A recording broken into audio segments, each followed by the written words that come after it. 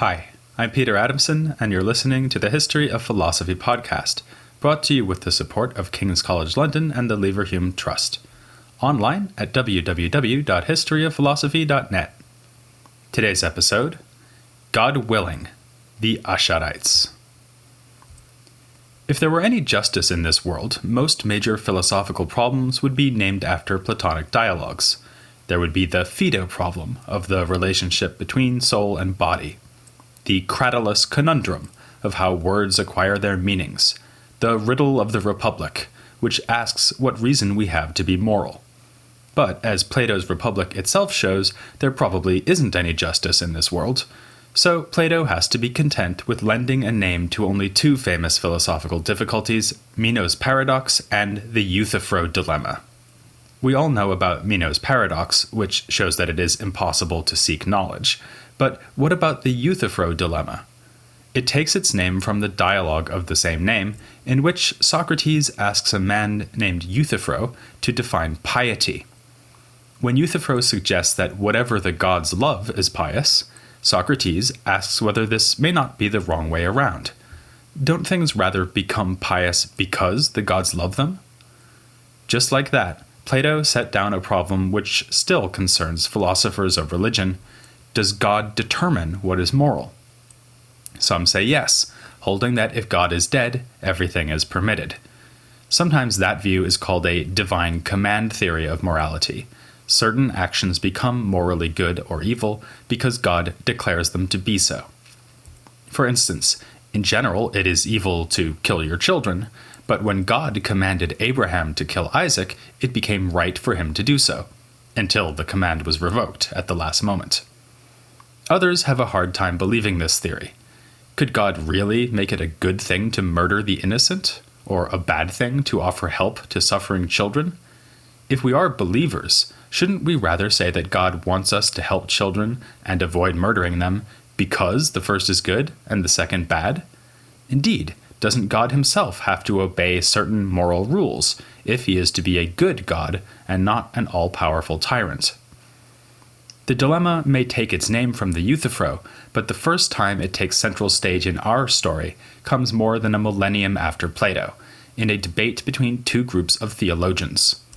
One group we have already met, the Mu'tazilites. They assumed that there are moral laws which we can discover using our own reason, and by which even God is bound. We know it would be wrong for him to punish the innocent and reward the guilty, or to punish those who had no choice about their actions. From this, the Mu'tazilites inferred that humans must have power over their own actions, since in the Quran we hear that God will indeed reward and punish us. But the problem can't be resolved that easily. If God is really to be just, then doesn't he also have to deal fairly with his creatures? Yet doesn't he obviously fail to do so? A famous story discussed by several Islamic theologians illustrates the point. In the afterlife, three brothers find themselves in paradise, hell, and limbo. The first led a virtuous life, the second was wicked, and the third died in childhood before he could come to deserve either reward or punishment. This third one, who is in limbo, complains that God should have allowed him a longer life, giving him a chance to earn a place in paradise. God replies that had he been allowed to live to adulthood, he would have sinned and gone to hell. By letting him die early, God was doing him a favor. At which point, the second brother cries out, "Why didn't you kill me as a child too? Then I wouldn't be in hell." Supposedly, this story helped to turn one of the greatest of all Muslim theologians away from the Mu'tazilite way of thinking.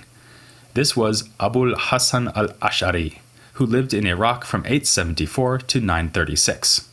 In case you're keeping track, this makes him a rough contemporary of philosophers like Ar-Razi and Sa'adiyya Gaon, and a generation younger than al-Farabi. Al-Ash'ari was first a Mu'tazilite theologian, in fact a student of al-Jubai, head of the Mu'tazilites in the city of Basra. This student-teacher relationship worked out much like the one between Plato and Aristotle, although, as far as I know, no one ever compared al-Ash'ari to a pony kicking its mother once it was born. Al-Ash'ari devised his own rival theological theory, which rejected nearly every tenet of Mu'tazilism despite retaining its rational approach and its conceptual tools. He drew also on previous theologians who were at least in the orbit of Mu'tazilism. His most famous doctrine centers on the use of a technical term, acquisition, that had already been used by several other theologians. Yet his synthesis and his critique of the Mu'tazilites was original and coherent enough that he would lend his name not just to a puzzle or two, but to the dominant theological tradition of Sunni Islam, Asharism. Al-Ash'ari wrote several works that survive today, including a vast survey of previous theological opinions that remains one of our main sources for previous thinkers. In fact, when I was telling you in a previous episode about the early Mu'tazilites, a lot of what I said was based on reports found in Al-Ash'ari. His ideas were then further developed by generations of like-minded theologians, for instance Al-Baqillani and Al-Juwayni, both of whom lived around the time of Avicenna and died in the early 11th century. The most famous Ash'arite of all, Al-Ghazali, was a student of this Juwayni, and he would leave an indelible imprint on Asharite theology. We'll get to him in a future episode, but first I think we ought to consider Al-Ash'ari's ideas in their own right. And let's start right there with the question of what we ought to do. We find the Ash'arites offering a bold defense of the divine command theory. Al-Ash'ari has no hesitation in embracing the most counterintuitive aspects of this theory, saying that God could torment innocent children in the afterlife, if he so chose. He could also punish those who believe in him and reward the unbelievers. Indeed, not only could he do these things, if he did them, his actions would be just. For justice means nothing more nor less than agreement with God's will. Al-Juwayni gives an ingenious argument to support these Asharite claims. If actions did not get their moral character from God, they would have to have that character in their own right, as intrinsic features. For instance, murder would be wrong all by itself. But in fact, context makes all the difference. Were you to kill someone in self-defense, that would be morally justified. Thus, killing in its own right is morally neutral. Whether a given killing is right or not depends on its context, and for Al-Juwayni, that context is provided ultimately by God's law. That argument, with its focus on how the attribute of justice or injustice belongs to actions, illustrates a more general feature of the Asharite theology.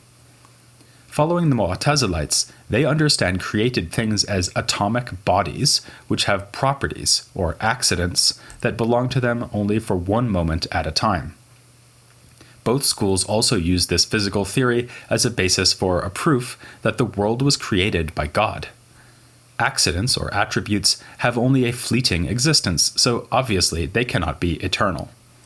Atoms might seem more stable, but they cannot exist without their accidents. From this, the theologians infer that atoms cannot be eternal either. After all, atoms need accidents to exist, and accidents come in and out of existence. Surely, therefore, atoms come in and out of existence too. For instance, no atom can exist without being either in motion or at rest. Inevitably, one of these two accidents must belong to any atom. But anything moving started to move at some point, and anything that is at rest started to be at rest. Thus, the atom must have started to exist, whether or not it first existed in a state of motion or in a state of rest. From this we can conclude that the world of atoms and their properties was brought into existence by some creator, namely God. It is he who creates every atom and every one of its attributes, giving them existence at each moment they exist.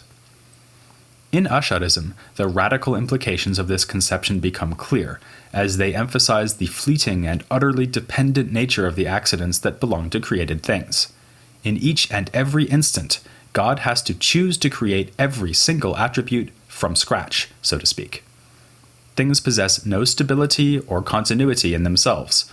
Rather, the fact that certain atoms continue to have certain motions and colors, for instance, is due to God's creating similar motion or color attributes in those atoms at successive moments.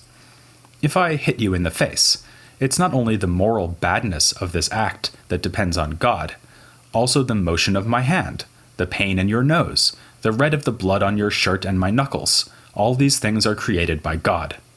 If he wished, he could create things differently so that when I hit you, it caused intense pleasure instead of pain, or turned you into a giraffe. The stability we experience in our everyday lives is thanks only to God's choice to make things appear stable, something promised in the Quran in verses stating, "You shall find no change in the way of God." This picture of constant creation, freely and arbitrarily willed by God at every moment, is often called occasionalism. It's especially associated with early modern thinkers, such as the 17th century philosopher Malebranche. But al-Ash'ari articulated the view already here in the 10th century. He did so in full awareness of the awkward implications of the theory, implications he was happy to accept. For instance, if it is God causing every attribute at each moment, then the apparent causes we see in the world around us are just that, only apparent causes. As we just saw, if I were to hit you, it wouldn't be me causing your nose to hurt or your shirt to be bloody. The Mu'tazilites would find this consequence intolerable. They believed that through our actions we engender certain effects, even chains of linked effects. For instance, a big game hunter might decide to pull a trigger, which causes his finger to move, which causes a gun to fire, which causes the motion of a bullet, which in turn causes the death of Hiawatha the giraffe. The hunter is the cause of all these events, not God, and the hunter bears moral responsibility. Don't worry, by the way, no actual giraffes were harmed in the making of this episode. Against all this, another ingenious argument was offered by the Asharites.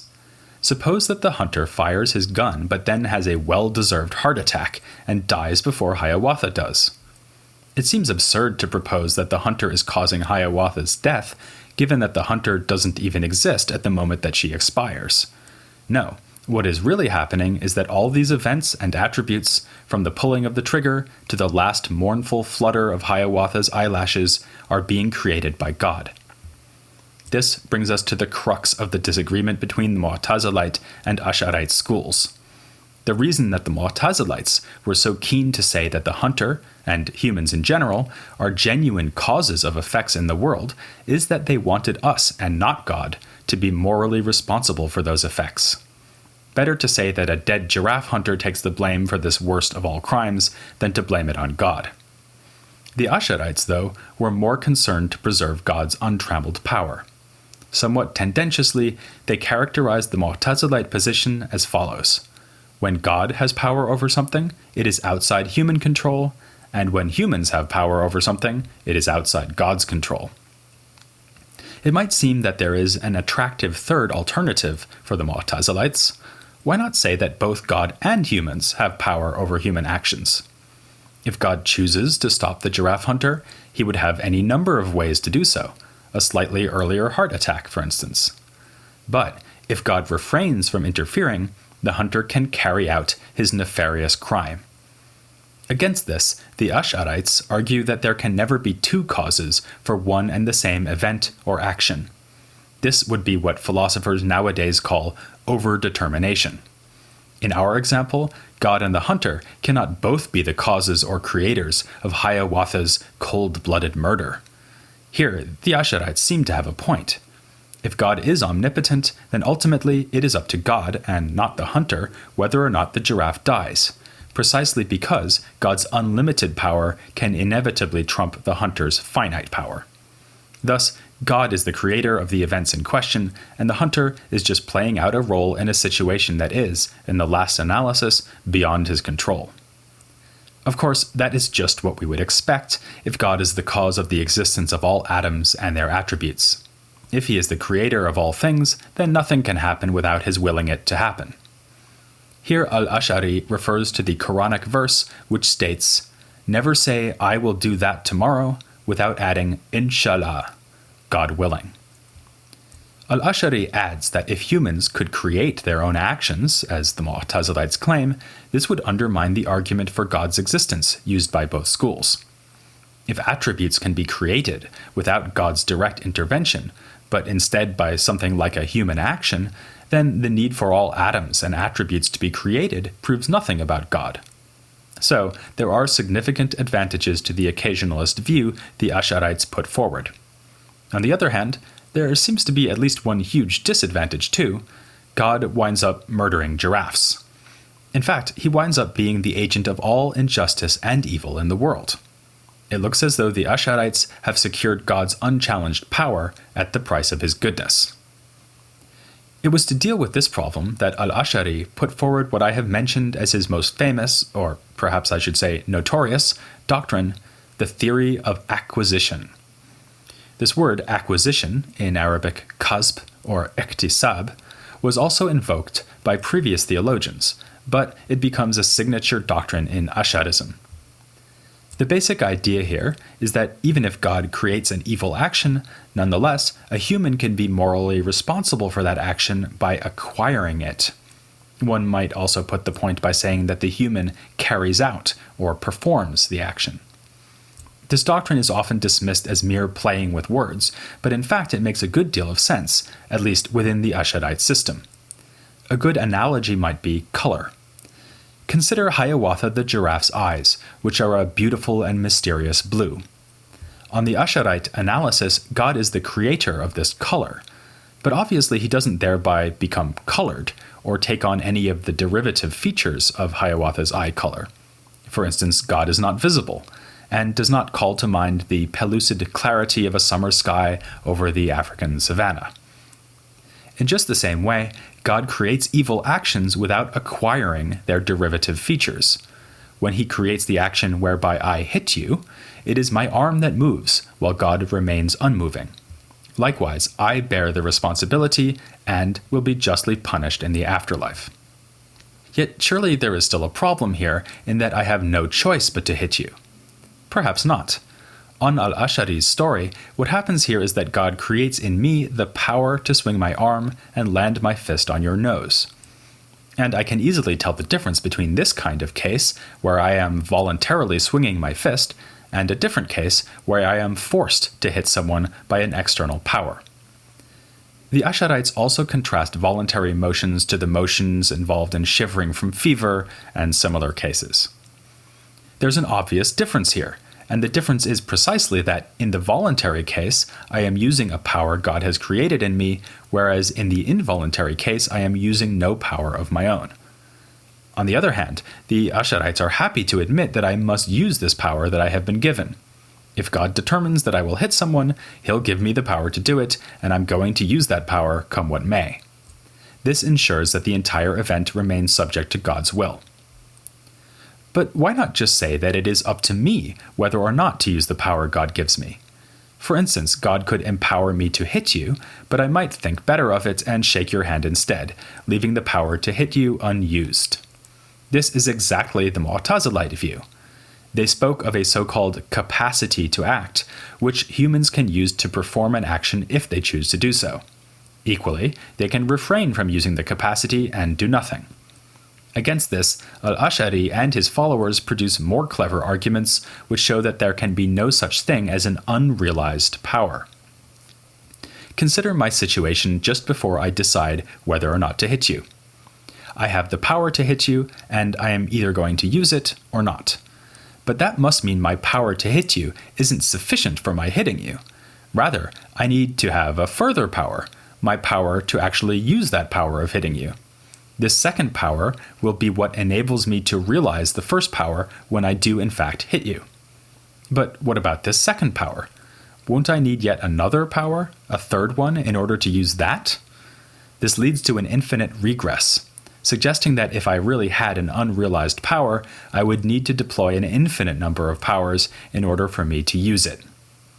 But if there are no unrealized powers, then obviously I cannot have both the power to hit you and the power to refrain from hitting you. Both powers would need to be realized, and then I would be both hitting you and not hitting you simultaneously, which is obviously absurd. With this line of argument, the Asharites are denying what is nowadays sometimes called the principle of alternative possibilities. That is, the principle that voluntary action and moral responsibility require the chance of acting in more than one way. In fact, they are denying that this principle is even coherent, for I can never have the power to do two inconsistent things at the same time. And, by the way, as al-Juwayni adds, even if the Asharite reasoning is wrong here, and God winds up punishing us for actions we did not choose freely, then that doesn't really matter. As we saw, whatever God does will be just by definition, since justice just means conformity to his will. It may be inscrutable to us why he should determine that some will sin and some be righteous, but we're in no position to stand in judgment over such divine decrees. On this point, the Asharites are exploiting another idea of their opponents, the Mu'tazilites, in holding that God transcends human understanding. But they stopped short of the Mu'tazilite position when it came to divine attributes. For the Asharites, it was no solution to deny the divine attributes entirely, or to reduce attributes like God's knowledge and justice to the essence of God himself, as we saw the Mu'tazilites doing. Yet, the Asharites were also unhappy with traditionalist theologians who accepted, for instance, that God literally has hands because of passages in the Quran which speak of God reaching out with both hands. Like the Mu'tazilites, the Asharites proposed a figurative reading of such texts, in this case suggesting that the hands referred to God's power. But unlike the Mu'tazilites, they recognize that the power in question has a reality of its own. As to the question of how such attributes relate to God, this is a place where human comprehension fails. When we say that God has power, we should add the expression bila kaif, that is, without saying how. This phrase is often taken to express a willfully obtuse or anti-rationalist position, and certainly the Asharites are here trying to demarcate the limits of our understanding. But adding bila kaif is perhaps better understood as a caution against assuming that the familiar way, the how or kaif, with which attributes belong to created things, is appropriate to the divine case. Thanks to al-Ash'ari and his first generations of disciples, there was a permanent change in Islamic theology. Mu'tazilism certainly did not die out, but Ash'arism would become the dominant school in centuries to come. As we'll be seeing, this had enormous consequences also for the history of philosophy. As I hope this episode has shown, the Ash'arites put forward numerous arguments of great philosophical interest. They did defend their system by quoting the Quran and the sayings of the Prophet, but the core of their method was rational argument, usually aimed dialectically against opponents. This method was itself something they shared with their chief opponents, the Mu'tazilites. Still, they did not consider themselves to be falasifa, or philosophers. That name was reserved for thinkers adopting methods and concepts drawn from the Greek texts that had been rendered into Arabic.